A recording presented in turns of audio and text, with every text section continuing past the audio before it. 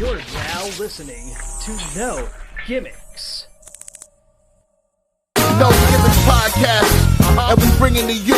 Every time we turn live, and you know it's the truth. Every after show, moving down, this the time we move around. No Gimmicks podcast is going down. Every night, every time in the ring. This is the time for no gimmicks, no we doing our thing. What's your state of mind? State divine. Moving down a statement when we take the line. This is exactly wrestling the state design. When you see Stone Cold like me, with the stunner in the world, exactly man what we bring. Every night we move like Brock Lesnar, the F5, no gimmicks. We take you to your limit, what's the feeling? When we live in the air, you know we on, this the time. Guarantee we move, you know how we respond. The state design when we feel it. Moving down, what's the healing? No gimmicks is the feeling. Yo, what is going on, No Gimmicks Nation? Welcome back to the No Gimmicks podcast here on the DFPN. And yet again, shockingly to no one, I'm flying solo tonight. No, I'm joking. My co-host, he's got some stuff going on. Shout out to the man, Kelvin Cayley. I need you back on here. Hopefully, nobody gets beat up mysteriously this time. But joining me tonight, this is one that we've been waiting on. So I can't wait to get into this one. This guy has had our eye, not just us here on No Gimmicks, but the MPX addicts as a whole, and really the state of Texas. None other than the one, the only. Shout out to my friend Handsome Rex for this one. Baby Shawn Michaels, the Cowabunga Kid. Adam Green, how you doing, man? Doing good, man. I'm excited to be here. Hey, we're excited to have you. Thank you for taking the time out to jump on the show with us. And we touched on MPX, so let's go ahead and start right there. First question for you. What does it mean having the MPX addicts just embrace you the way that they did, really from the moment you debuted all the way up to this point of your career? I mean, obviously it means the world, as simply as I can put it. Being a wrestling fan myself, I know what it feels like to have the crowd behind you. I know what it feels like to be behind one of the good guys, if you will. So to be that for this many people for this long, it's a privilege, and it's really, really, really cool. Definitely exciting, man. And, MPX is special, right? Here in the DFW, it's been on a hiatus as, a new building is on the works. Big things are in store. But I want to go back just a few weeks to MPX Level Up because a lot of the MPX talent, the staff, the addicts, still talking about that night. And I want to get your perspective, as a fan, as being a part of the MPX roster. What did a night like Level Up mean to you seeing that chapter close in Bedford? Uh, a lot of mixed emotions, obviously. To be part of a show that big, I mean, I haven't uh, wrestled in front of a crowd that big in the MPX Event Center since probably the first, maybe even second, the Jason Silver Memorial shows. So to be able to perform for that many people was a really, really big deal. But also, like you said, as a fan, like going to that building as a kid to watch the wrestlers, and then wrestling in the building myself, and then being able to close out. Not only my personal stint in that building, but MPX as a whole, it was a really, really big deal for all of us. But I was happy to be on the show itself, but to be in a match that chaotic, I think was a perfect, end to the story of the MPX Event Center. Absolutely, man. And chaos is a word of the day, word of the week, word of the month, if you will, especially being on the road to MPX's The Purge here July 11th in just a few short weeks. But before we talk about this year's Purge, I want to go back in time because you were a part of a very special Purge in Grand Prairie in a huge, huge six-man tag team match. It was you, Tatum Manning, and Santana Jackson. Take me back to that night on that stage. What did that year's Purge and that moment mean to you? That was a really big deal. I mean, that's one of the first career-defining moments for the Cowabunga Kid.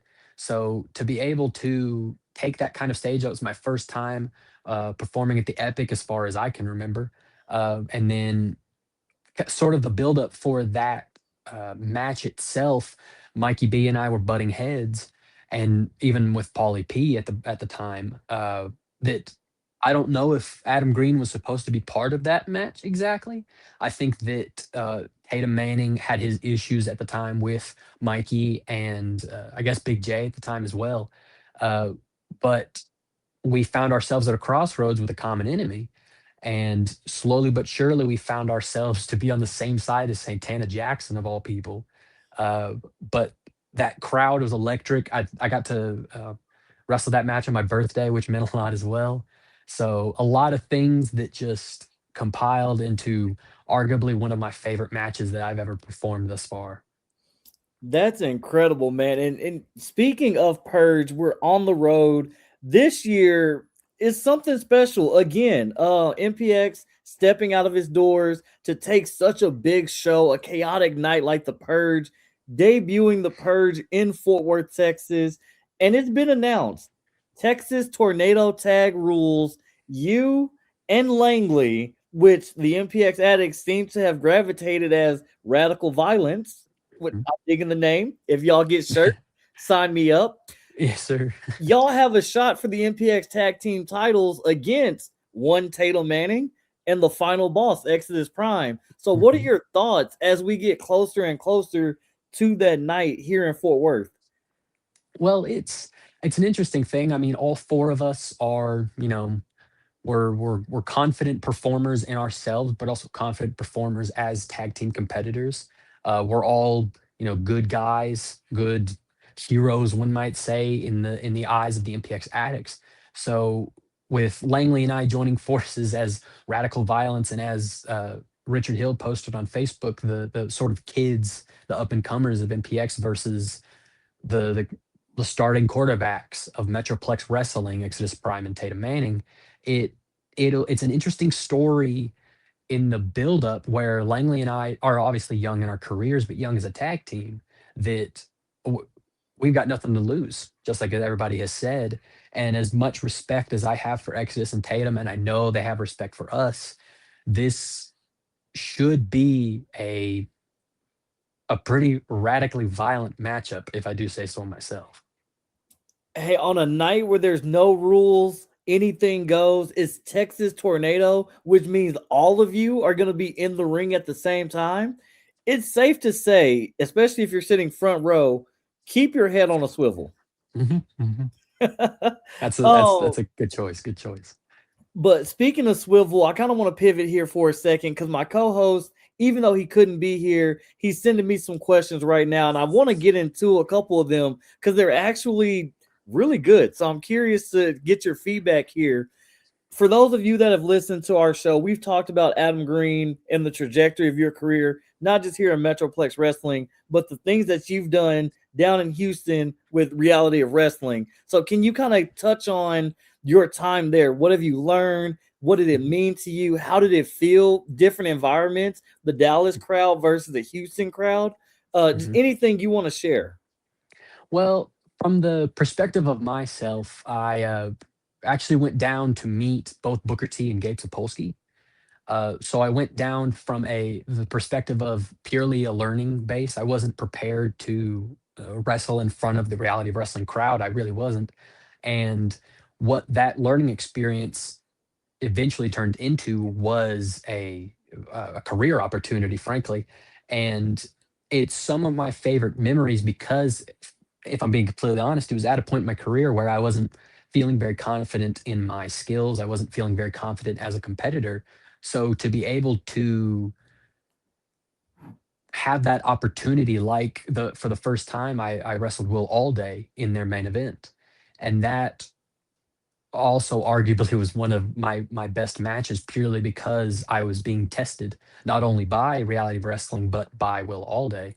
But being able to interact with leaders in the professional wrestling world like Booker T and Gabe Sapolsky, it meant a lot, and I've learned a lot from, I think, my two times down there. Uh, but the Houston crowd specifically, it's I would argue it's pretty similar to MPX, but almost MPX is and as a few of us would say, MPX, both the crowd and the wrestlers are a little spoiled with having such a like a weekly show with a home Mhm. base like that, that you don't have to worry about. going out of your comfort zone and wrestling in front of people that, or a group of people that may have never even seen you before.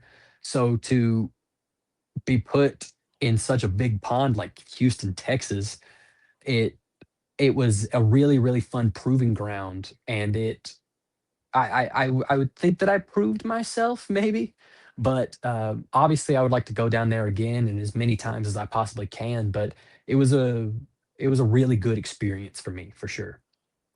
Absolutely love that one, man. And then this next one, I've kind of been wondering this too. And I know my homie Rex, if he's watching, listening, I'm sure he's gonna call me about this one later. But what was your inspiration behind your Cowabunga Kid persona? You know, everybody, oh, how am I gonna do this? How am I gonna bring this to life? But for you, what was that inspiration to become the Cowabunga Kid?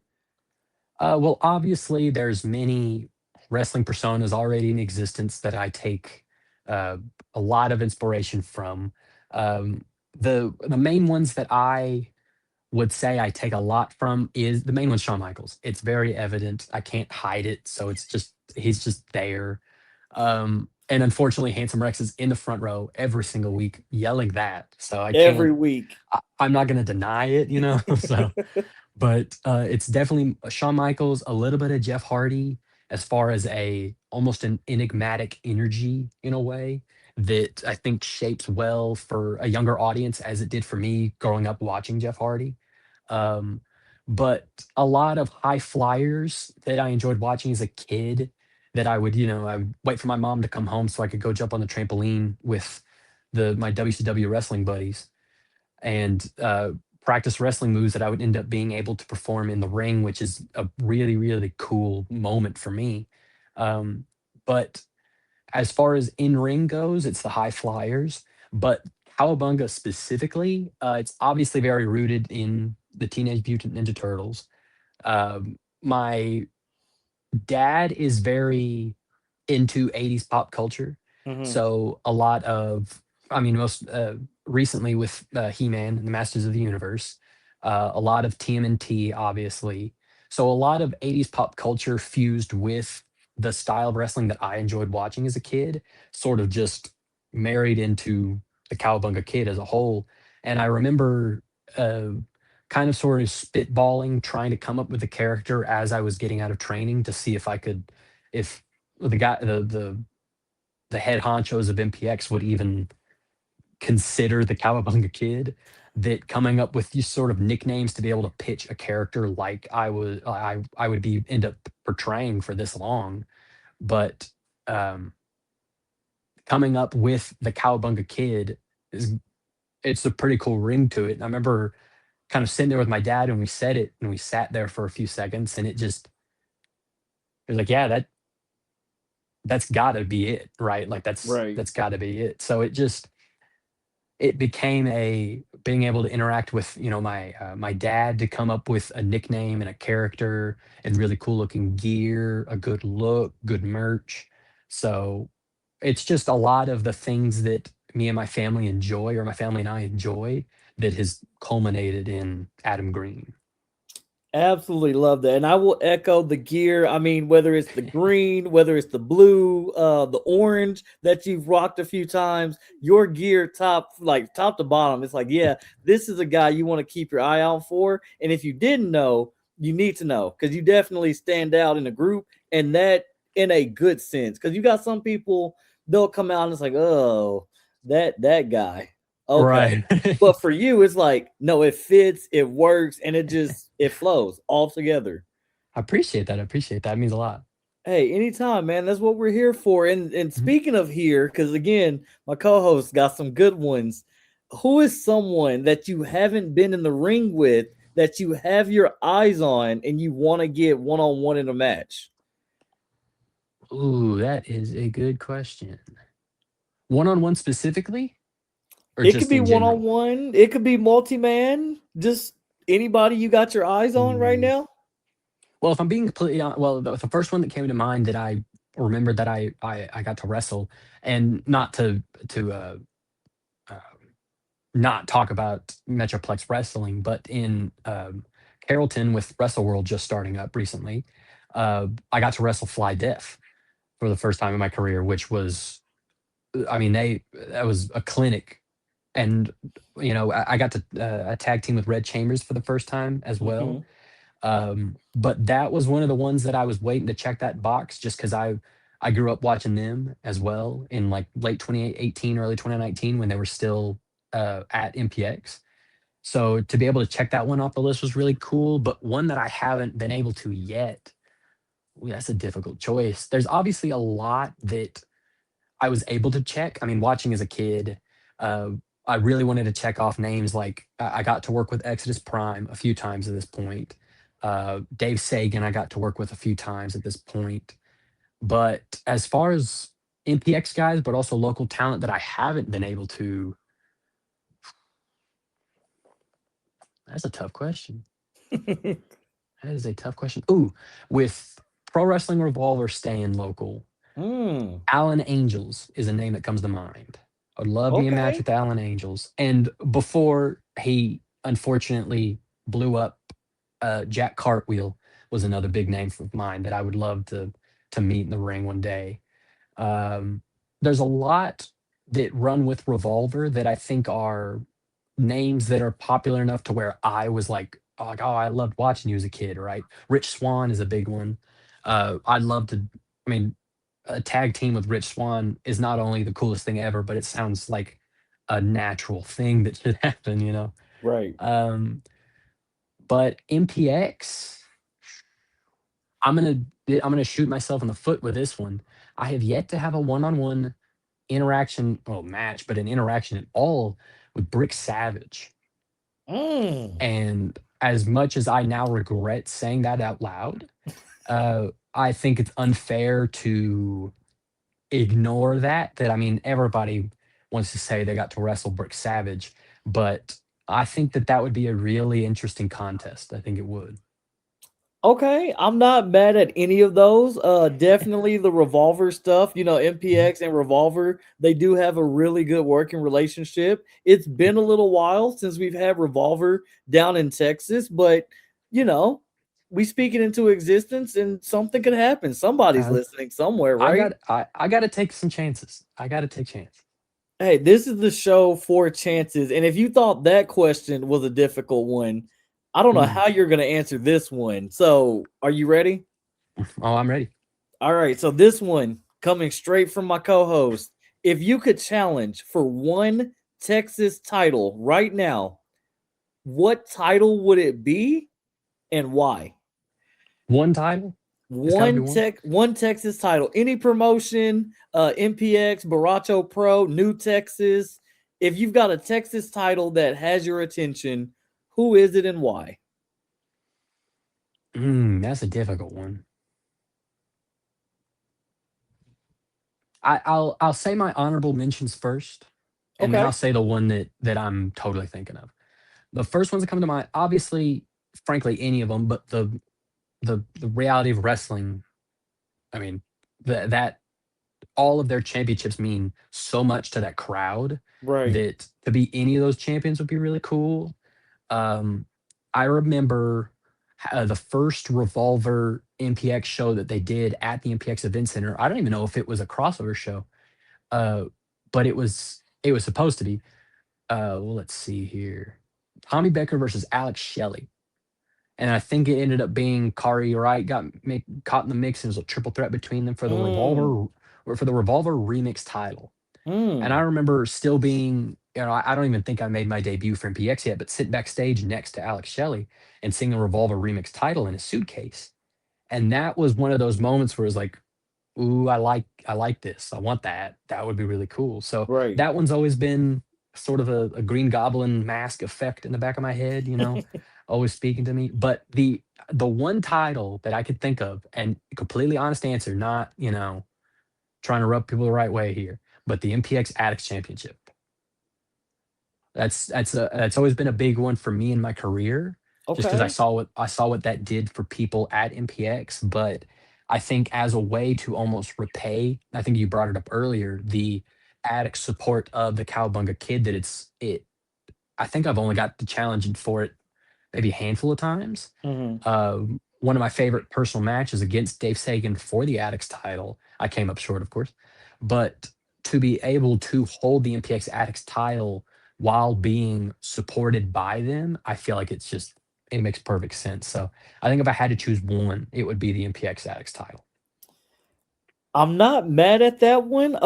Going to the Revolver remix title that you touched on, it's currently in the hands of one former Alpha Sig member, Brent Oakley. So, Brent Oakley versus Adam Green, that My has goodness. that has money behind it, but even more money. And again, I'm not being biased, but I'm true to MPX. I love my boys. I think an MPX Addicts Championship match between you and current champion, that guy, Red Chambers, would blow the roof off any building that y'all are in if it's signed, when it's Mhm. signed. Yeah. And tag teaming with the guy over at Wrestle World, and then still being friends but not current tag team partners, obviously. I think that would create some, like you said, it would create some magic. I think we'd have a whole lot of fun fighting over that title. Oh, of course. And we all know Red Chambers. I mean, Red has been on this show. And again, Red, I got to give you some credit. I'm sorry. I'm still eating crow from choosing against you at Level Up with the street fight and Luke Cameron. Please forgive me. You're still that guy. But yet Red has carried that Addicts title, and he's made it synonymous with him. And we've touched on it with this show. Certain promotions, when you hear somebody's name, it's like, oh yeah, they go together. Metroplex Wrestling and Red Chambers, they're synonymous together. And he doesn't duck smoke. Like Red is gonna say, "Hey, if anybody wants a shot, here I am." And I mean, at that street fight with Lou, obviously Langley and I have history with Lethal Company, but we we even the odds in that match. So there's even more of a connection between Langley and I and Red. So I don't know, it feels like it's strange it hasn't happened yet, and maybe just maybe it will. I mean, hey, depending on how things go at the purge, you may be walking away one half of the new MPX Tag Team Champions, and then who knows? Later on down the road, there's still some highlight shows for MPX on the books. I know Purple Rain is around the corner, a Cold Day in Hell to close out the end of the year. Mhm. I believe, unless they change the name or maybe try something different, but the Gauntlet for Gold, the night where every title is on the line, is Mhm. possibly somewhere in the works as well. So who knows? The door is always there, and we know Red Chambers. He's not going to be shy to answer it. So Exactly. let's see what happens. hmm What's interesting is you were talking about dream opponents, and I was thinking of Exodus and Tatum because if prior to being able to wrestle them or tag team with them in some cases, they were the check marks. But Exodus Prime, I've only been up against. Tatum Manning, I've been on both sides of the ring with, which is a rare case. I think Exodus Prime, I've somehow only, I believe it was New Year's Gold, my debut year, in a fatal four way for the Addicts title, and it was Exodus, Dave, myself, and Tommy Prince, Mm, and that was an important match to me because that ended up being a proving ground against three, like you said, names synonymous with MPX. That's Exodus, Dave, and Tommy for sure. right. Uh, as far as Tatum Manning goes, we've got a fairly long history as a tag team, whether that be in six man or tag team action. But up against whenever he was having his own issues with the House Sagan, of course, that I found myself on the other side of the ring with him. So with walking into the purge, I think Langley might as well, but I know I've got experience across the ring from both of these guys. So it it should be a real interesting night, that's for sure. Definitely excited. And speaking of the purge, speaking of Tommy, because we like to poke the bear here, I Mhm. want to get your thoughts because, as I mentioned, the last time No Gimmicks was on the air and my co-host was not here, Demo joined me and we had Gabe Wilder with us, and Tommy ambushed Gabe in his own house. So for that match, we know it's a first blood. We know it's Gabe Wilder versus Tommy. Before we get to the prediction show, no gimmicks, stay tuned. We do have a prediction show planned for you guys. Adam Green, I want to get your thoughts on that match alone. First blood, Gabe Wilder. Tom, Tom A, and all the chaos. What are you looking forward to, and what are your thoughts on that match alone on a night like the Purge? Oh, that's well, in the same way that the Texas Tornado match is set up to be in a way, is that we have nothing to lose, and frankly, Gabe Wilder doesn't have much to lose either. I have recent experience with Tom A, and I know that he is arguably one of the toughest competitors MPX has to offer, let alone somebody that I've shared the ring with. I mean, that is one dangerous son of a gun. But I think with how much momentum Gabe has going into this match, and it being a first blood match where, as much as the purge is an anything goes kind of situation, a first blood is all that and then some, right? Right. So, as far as a prediction goes, I mean, Tom A is going to hold on as long as he possibly can, as he should, frankly. But I, I, Gabe's got to have it, right? Like, you know what I mean? Like, I don't know. Gabe's got my pick. That's for sure. I'll say that. I love it. Glad to get your thoughts. Glad to pick your brain. Cannot wait to see you at the Purge. It's gonna be a special night. But before we get out of here, you want to let the people know where they can find more of Adam Green. Well, anywhere on social media, I'm on Instagram, X, although I'm not so active, but definitely Instagram and Facebook. That's where I'm, sharing, letting people know where I am. I've got plenty of merch. I bring it out to every one of my shows if you want to support the Cowabunga Kid, of course. But as far as MPX, you'll see me at The Purge. Over at Wrestle World, I believe you'll see me this Friday. Yeah. You'll see me this Friday. So as long as you keep it up with my socials, you'll be able to find me anywhere, really.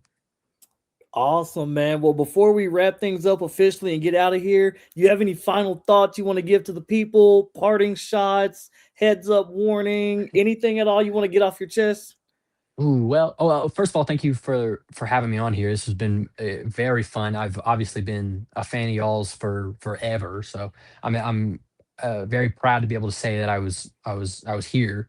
But as far as for the viewers at home, um, yeah, I'd say watch closely at the Purge.